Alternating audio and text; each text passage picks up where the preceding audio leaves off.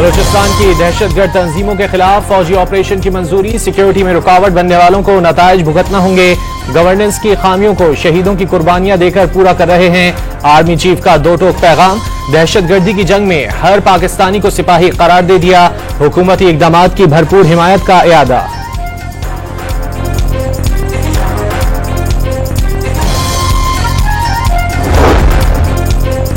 دہشت گردوں کا سر کچلنے کے سوا کوئی اور راستہ نہیں، وفاق اور صوبوں کو مل کر کام کرنا ہوگا۔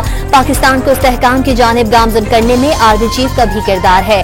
دھرنے اور احتجاج کی سیاست ملکی مفاد میں نہیں، ترقی کی راہ میں رکاوٹ ہے۔ وزیر اعظم شہباز شریف کا ایپیکس کمیٹی کے اجلاس سے خطاب۔ بعض قوتیں چاہیں گی بانی پی ٹی آئی باہر چلے جائیں، ایپیکس کمیٹی میں وزیر اعلیٰ خیبر پختونخوا نے بانی پی ٹی آئی کی قید اور جلسے سے متعلق تبرک کے طور پر بات کی۔ وزیر دفاع خواجہ آصف کا دعویٰ، اجلاس میں کسی کو کسی سیاسی بات کا کوئی جواب نہیں ملا، شاید پی ٹی آئی کے سمجھدار لوگ بانی پی ٹی آئی کو قائل کرنے میں کامیاب ہو جائیں، احسن اقبال کو امید۔ بانی پی ٹی آئی کی علی امین گنڈاپور اور بیرسٹر گوہر کو اسٹیبلشمنٹ سے مذاکرات کی اجازت، کل تک کا وقت دے دیا۔ مذاکرات کی کامیابی پر احتجاج جشن میں تبدیل ہو جائے گا، علیمہ خان کا اعلان۔ جہاں مسئلہ پھنسا ہے اور جس کے پاس اختیارات ہیں اسی سے مذاکرات ہوں گے، آج شام تک صورتحال واضح ہو جائے گی، علی محمد خان کا دعویٰ۔ اسٹیبلشمنٹ پی ٹی آئی سے براہ راست مذاکرات کو تیار نہیں، خیبر پختونخوا میں کیا کرنا ہے 1-2 دن میں فیصلہ ہو جائے گا، مشیر وزیر اعظم رانا ثناء اللہ کی ڈان نیوز سے گفتگو۔ پشاور دہشت گردوں کی اماج گاہ بن گیا، پی ٹی آئی والے احتجاج نہیں دہشت گردی کے لیے اسلام آباد جانا چاہتے ہیں، واضح طور پر بتا دیا وہ مرنے مارنے اور فساد کرنے آ رہے ہیں۔ 24 نومبر کے لیے پلان زیڈ تک تیار کر لیا، وزیر اطلاعات پنجاب عظمہ بخاری کا دعویٰ۔ کل تک احتجاج کا حتمی فیصلہ آنے کا امکان ہے، مذاکرات کی کامیابی سے سیاسی درجہ حرارت میں کمی آ جائے گی، بات چیت سے حل نکلنے کو سمجھوتے کا نام نہ دیا جائے، سیاسی قیدیوں کی رہائی پاکستان کے آئین کی بات ہے، فواد چودھری کا بیان۔ اسلام آباد اور پنجاب پولیس کا پی ٹی آئی کے احتجاج سے آہنی ہاتھوں سے نمٹنے کا پلان، شرپسندی میں ملوث طلبہ کے داخلے اور اسناد منسوخ کرنے پر غور، شرپسند عناصر کے شناختی کارڈ، پاسپورٹ اور موبائل سم بلاک کرنے کی بھی تجویز۔ اسلام آباد پولیس کا آنسو گیس کے 40,000 شیل خریدنے کا فیصلہ، 2,500 بندوقیں، 50,000 ربر کی گولیاں اور 5,000 اینٹی رائٹ کٹس منگوا لی۔ ایف سی اور رینجر سمیت 22,000 جوان اسلام آباد میں تعینات کیے جائیں گے۔ فیصل آباد کی انسداد دہشت گردی کی خصوصی عدالت میں پیشی پر آئے تحریک انصاف کے کارکنوں کی عدالت کے باہر سے گرفتاریاں، پی ٹی آئی وکلا کا شدید احتجاج، گرفتار کارکنوں کو لے کر جانے والی وین کو روکنے کی کوشش۔ اسلام آباد ہائی کورٹ میں توشہ خانہ 2 کیس کی سماعت، پچھلی حکومت توشہ خانہ کی تفصیلات نہیں بتاتی تھی، پوچھنے پر تفصیلات چھپائی جاتی تھیں، جسٹس میاں گل حسن اورنگزیب کے ریمارکس، توشہ خانہ پالیسی کے مطابق تحائف لیے گئے، پی ٹی آئی کے وکیل بیرسٹر سلمان صفدر کے دلائل۔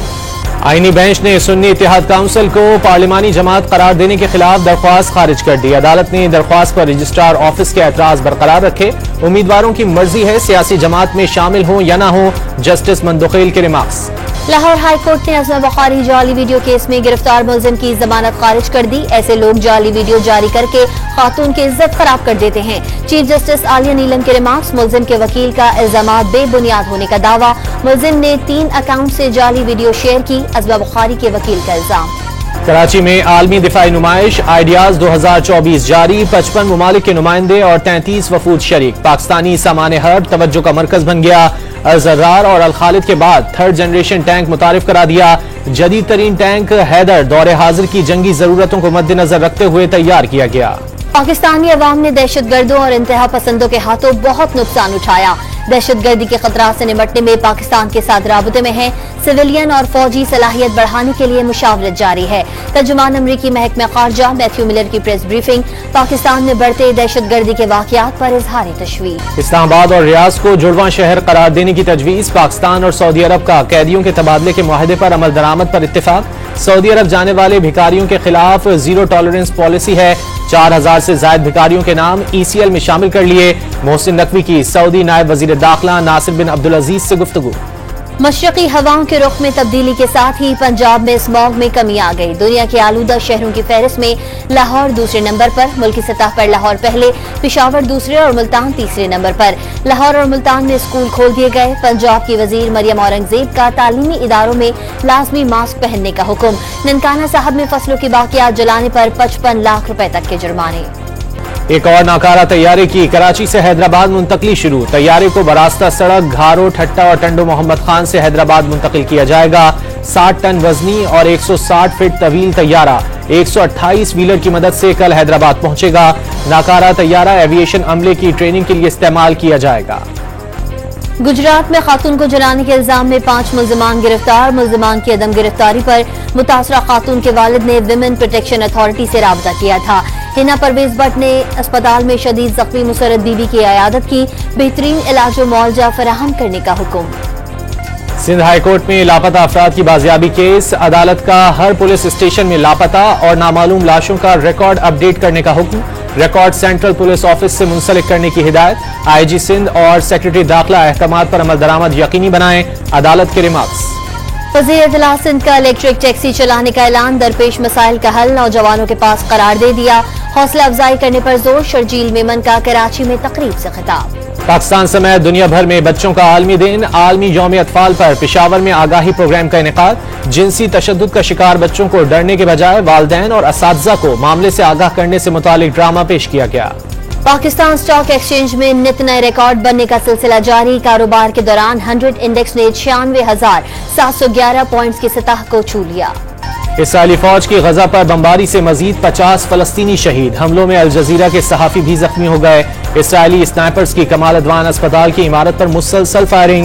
چھت اور بالائی منزل تباہ ہو گئی. اسرائیلی وزیر اعظم کا یرغمالیوں کو بحفاظت رہا کرانے والے کو $50 لاکھ انعام دینے کا اعلان. اسرائیلی فوج کی لبنان میں دہشت گردانہ کارروائیاں جاری. صہیونی فوجیوں نے 3 لبنانی فوجیوں سمیت 40 سے زائد افراد کو شہید کر دیا.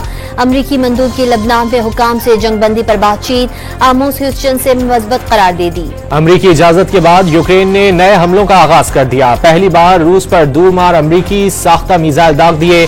روس کا 5 میزائل مار گرانے کا دعویٰ. روسی صدر نے نئی نیوکلیئر ڈاکٹرائن منظور کر لی. برطانیہ میں برفباری نے نظام زندگی کو درہم برہم کر دیا. ہر شہر نے سفید چادر اوڑھ لی.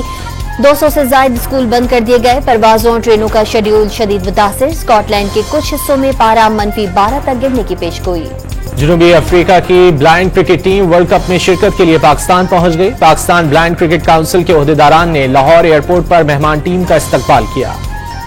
اور فیض احمد فیض کو مداحوں سے بچھڑے 40 برس بیت گئے.